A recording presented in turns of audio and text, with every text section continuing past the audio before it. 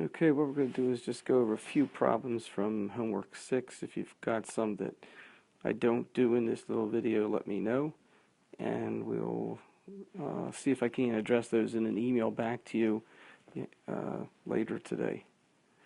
In the meantime, we're going to do the following. We're going to do number 4, which is here. This problem is a little advanced, but hopefully we'll get something out of it. Here we've got $7,000 basis of equipment and $8,000 of cash coming out of the partnership. Basic rule is, if this is the partnership here, assets going in are subject to a carryover basis because tax is deferred, and assets coming out, the same thing. Unless it's cash or relief of debt, which is the same as cash, there's no effect, no tax, it's deferred, so carryover basis both in and out. That's the basic rule. Let's see how it applies here. In this case, we've got a $12,000 basis starting. Cash is distributed, so that will count as a reduction of basis down to $4,000. And now we've got a dilemma. We've got a $7,000 basis of assets coming out, but there's not enough to absorb that here. It's still going to be a non-recognition transaction because it's just equipment, it's not cash or relief of debt. And so the rule when you have something like this occur is you don't recognize a gain. We just don't do that. It's not part of what happens. But what we do is we use the basis remaining as the carryover basis. So this will become the carryover basis. We don't take it to the next level of saying that this is the fair value, because we don't know if this is the fair value of the $7,000. Remember, this is just book value. We have no idea until the equipment's sold what the value will be. In the meantime, the basis of the assets will take the carryover basis, limited to the basis left of the partner, the $4,000, and whatever the economics will be should work out when the equipment is sold. If you're not sure, take a look at working it out yourself with several examples.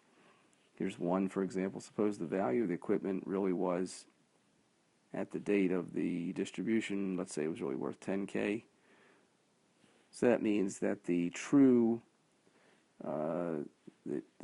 gain at that point to the partner, if it was really worth 10, should be the following. Remember, they had $4K left in basis. That's what they had.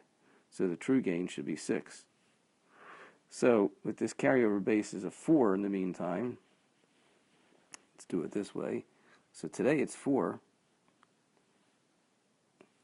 because it's carryover basis, no recognition, but then tomorrow they sell it for 10. So if they sold it tomorrow for 10, their gain would be 6. So it works out. And there's numerous examples you can do to see that it does work out, that their real gain will be picked up. Even though today we're taking the carryover basis of the limited amount left in their partnership interest. So number 4, the answer is A, $4,000, and we're done with that one. Next one, the hit parade, is number 6.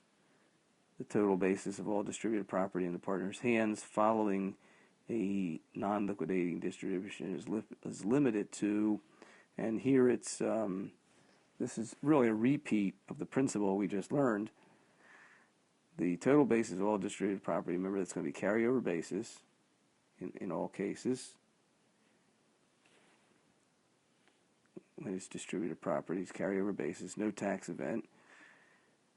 And normally you're going to take the partnership's basis in the distributed property, but it's limited to the partner's pre-distribution basis in his partnership interest B. That's just what we said.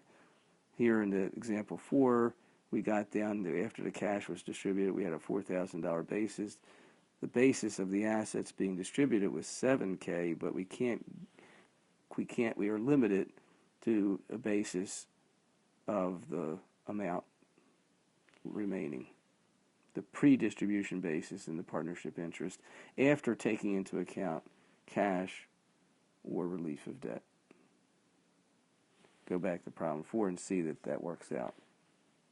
Okay, number 7, Bart has a partnership interest with 32. Where are we going? We want to find out what the basis in the building is as distributions are made to him. He's got a partnership interest basis of 32, so let's see what happens here. The ordering rules are first you take the cash and then see what happens. So let's do this. $32,000 is his basis. This is a little bit of an advanced problem because we've got receivables at 10 with fair market value of 9. We've got inventory at 4 with fair market value of 8. And then the building with a basis of $8,000. So let's see what happens here. First the cash comes out. That's 6. Leaves us a basis of 28.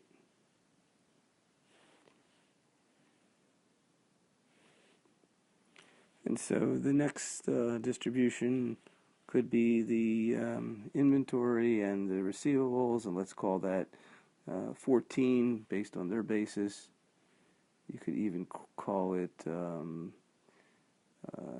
18, or doesn't matter what you call it. It doesn't even matter the rules of these. We know that these are the hot assets. If it was under a cash basis, the partnership, I don't even think it says that. But it does tell us because they're unrealized receivables and inventory, so we know it must have been cash basis. But it really doesn't matter. Even if we take it at 18, the highest amount it could be. So we don't even have to get into the hot asset rule. Take that out. We've got 10 remaining. And there's enough there to absorb the $8,000 basis of the building, because the building still comes out at its basis of $8,000, the adjusted basis in the partnership. So the question was only asking the basis of the building, and that answer then is B. And again, it is illustrating the rule that what goes in the partnership gets carryover basis, and what comes out gets carryover basis. That's the general rule, unless it's cash or relief of debt. One more to do, which will be number 12. Number 12, I took a look at before I started this, and really don't like number 12. Here's why. Partnership purchases a 1/3 interest, or rather Patrick does, and his cost to get in is $600,000. The partnership has assets with a value of 1.5, so he paid 1/3 for this interest of assets with a value of 1.5. And we want to know, when there is a 754 election in place, what is his basis adjustment? And we really don't know that until we know what the book value of the assets inside the partnership are. We're not given that. We're only told what the assets are with a value. So I'm not sure how you make an answer to this question, because we don't know what the real value of the assets. We don't know what the real book value is. Our increase in basis is going to be based on the book value. We're not even told what that is. So that makes the 754 election question even more ridiculous to ask here. So I'm not sure how this problem got developed, and moreover, why did he pay $600,000 when we're told the value is 1.5? Shouldn't he have just paid $500K for it? So this problem I don't like at all. The answer is really, I think, an unknown, because it just so this particular test bank from the chapter at hand, we'll give it a failing grade, and that's it. All right, so we'll continue on. Any other questions you have, send me some emails, and if I can, I'll answer them directly, unless I think something needs to be put on a video. It's now 5 o'clock on Sunday, so I'm pretty much getting ready to sign off.